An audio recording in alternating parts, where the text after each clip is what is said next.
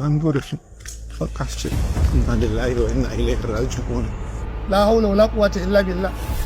La ilaha illallah. Aba yanzu ke ina da lambar wayata ba za ki iya kira na ke gaya min ki ce ga abin da ya sami yaro ba. In samu in taso in zo kwana ina jinyar yaron nan. Kawu ka shiga dai mota mu tafi in ya so an jima ma dawo ko? Wani tsinan nan zai shiga mota ya tafi bai ya ga yaro ba. Yaro ya zama jini ya zama hantam. Wannan yaro jina da ke kamar rabin zuciyata. Ya ne jikin bacci yake ba ke na tambaya ba. Ba shi da wani ciwo kawai ita ce ta gaggaya masa maganganu yanki jiki ya faɗi. Me kika gaya masa? Wanyo. Na shiga. Kuma ban yi tunanin maganar da Na ce me kika gaya masa? Tambaya na yi akan ko ina son ce masa kwana.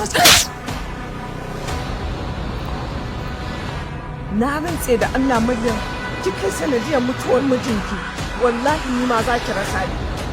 Kin yi asarar mutane biyu kenan. Akwai binciken irin da kuka dinga ɗibin kuɗi kuna kasabtawa a lokacin da ya shiga matsala ta rayuwa. Ma akwai takaddun binciken da muka yi a kanka na wasu kuɗaɗe da ka taɓa karkatarwa daga ofis ɗinka. Kai Abu, ka yi tunani ka zo mu gyara barnan nan tare da kai. Magaji ba zan gyara barna da barna ba. Yanzu dan zan ga mijina sai na nemi izini gurin wani? Wallahi babu wanda ya sai hana da ganin mijina. Kamata yayi ka karɓi abincin nan kai shiru ka kai loma bakinka ko ka haɗe ko ka tuka.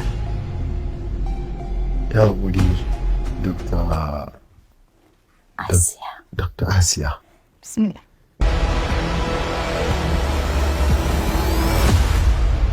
Wani suka karɓi aurenka lokacin auren iyayenka na zahiri ne suka karɓi maka aure na ko na goge. Bismillah dan Allah bar wannan. Da dakin tsaya. Wani ya fi ni domin na ne. Ban san me MD ya gani a cikin yarinyar nan ba. Wani bai fare. Matar MD ce take so ta kashe shi da abubuwa. I almost killed my husband, Amina. Calm down. Kai ma kana cikin waɗanda ake zargi. Wa ya gani wannan magana? Matarsa. Idan ba za ki iya ba ki bar mu faɗa. Faɗan nan ba naki bane Jamila. Ki bani da kayana. Fara magana. Ban da lokaci. Muna son ki zama sanadiyar mutuwar mai nasara a gobe ko cibi. Da gaske ne za ku ban miliyan 250? Jamila zai iya kai wa naira miliyan 300.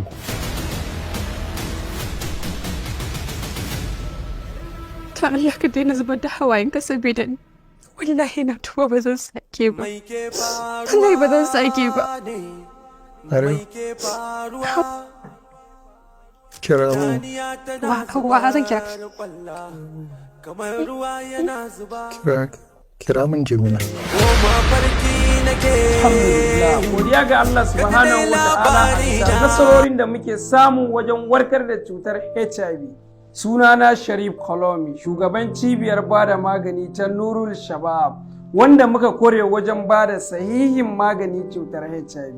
Ina masu fama da cutar HIV wanda ko shekara nawa yayi a jikin mutum muna bada maganin sa kuma ana samun waraka cikin wata ɗaya da yardan Allah. Nurul Shabab bata saya iya bada maganin cutar HIV ba, muna bada maganin aikata istimnayi, biya wa kai bukata, wasa da al'aura, wanda hakan yana haifar da kankancewar gaba tare da lalata ruwan mani ya hana haifuwa, rashin karfi, saurin inzali da yawan kasala, yawan mantuwa da ciwon jijiyoyi.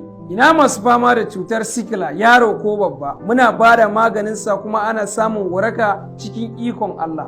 Matsalar ciwon koda, hawan jini, hepatitis A da B da C duk muna bada maganin su. Muna bada maganin sanyi, infection, gonorrhea, kaikayin gaba da kankancewar gaba da fitar farin ruwa a gaba, ciwon mara na mata da rashin haihuwa. Matsalar jinnu, sammu, sihir duk muna warware su da yardan Allah. Cibiyar Nurul Shabab bata siya iya nan ba, muna tura sakon maganinmu duk inda kuke a fadin duniya.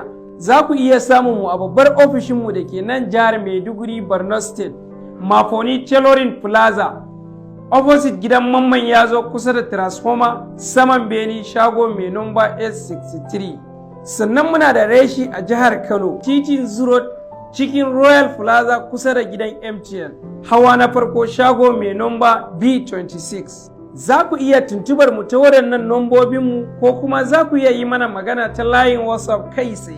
Cibiyar Nurul Shabab ɗaya take tamkar ta dubu. Cibiyar Nurul Shabab tana marhaba da ku sai